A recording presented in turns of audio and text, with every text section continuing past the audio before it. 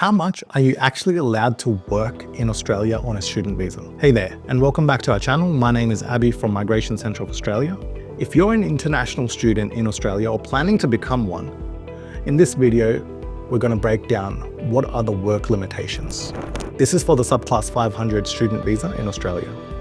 Now, anyone holding this visa must follow certain conditions to stay compliant with their visa. Now, these conditions are placed on the visa itself. If you breach any of those, you're breaching a condition and your visa can be cancelled. These rules ensure that international students are focused on their primary purpose, which is study. One key area of these is the work limitation. So let's break it down. There are two main work conditions you need to know about: the condition 8104 and the condition 8105. Now, condition 8104 is for family member work limitations.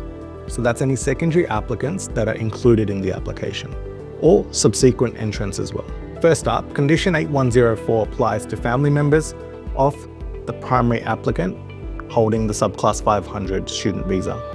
If you're a dependent of a student visa holder, you can't work more than 48 hours a fortnight as of January 2025. And there are a few rules around when you can even start working.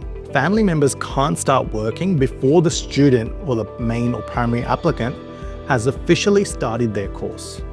But there's a catch. If you were already on a substantive visa or a bridging visa that allowed you to work previously, you're exempt from this rule. So for example, if you previously held a working holiday visa, which allowed you to work, and you're transitioning and have applied for a student visa, you may still be able to work full-time because your previous visa allowed for that. Also, there's a special rule for family members on student visas who are studying master's or doctoral degrees.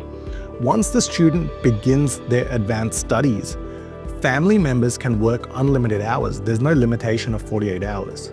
So once the student begins their advanced studies, family members can work as much as they like. But remember, if the student is only in a preliminary course like ELICOS course, you'll still be limited to the 48 hours a fortnight requirement until the student progresses to their master's or doctorate degree. So remember that it's 48 hours a fortnight, 24 hours per week. Now, condition 8105 is all about the primary applicant who holds the student visa. Under this condition, students can't work before their course starts unless they were allowed to work on their previous visa as well. Same as the example that I gave regarding the working holiday visa. Once the course starts, they can only work 48 hours a fortnight or 24 hours per week while they are in session. So while their course is going on. During the breaks, you can actually work full-time.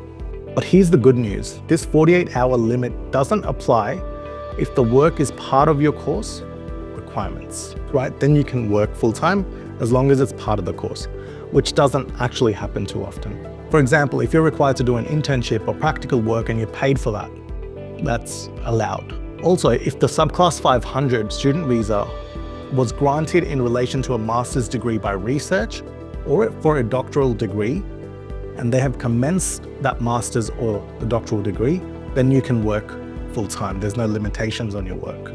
When your course is not in session, as I mentioned, you may work unlimited hours.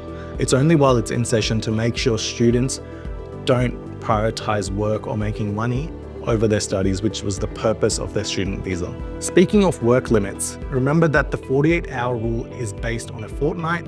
That's a 14-day period. It can start on a Monday. So if you're working 30 hours one week and 20 hours the next, you've hit your limit for those 2 weeks. So make sure that you are 48 hours or less per fortnight, which is the maximum. If you have any more questions regarding the work limitations on a student visa, comment below. Thanks for watching. Don't forget to like, share, subscribe, follow for more details.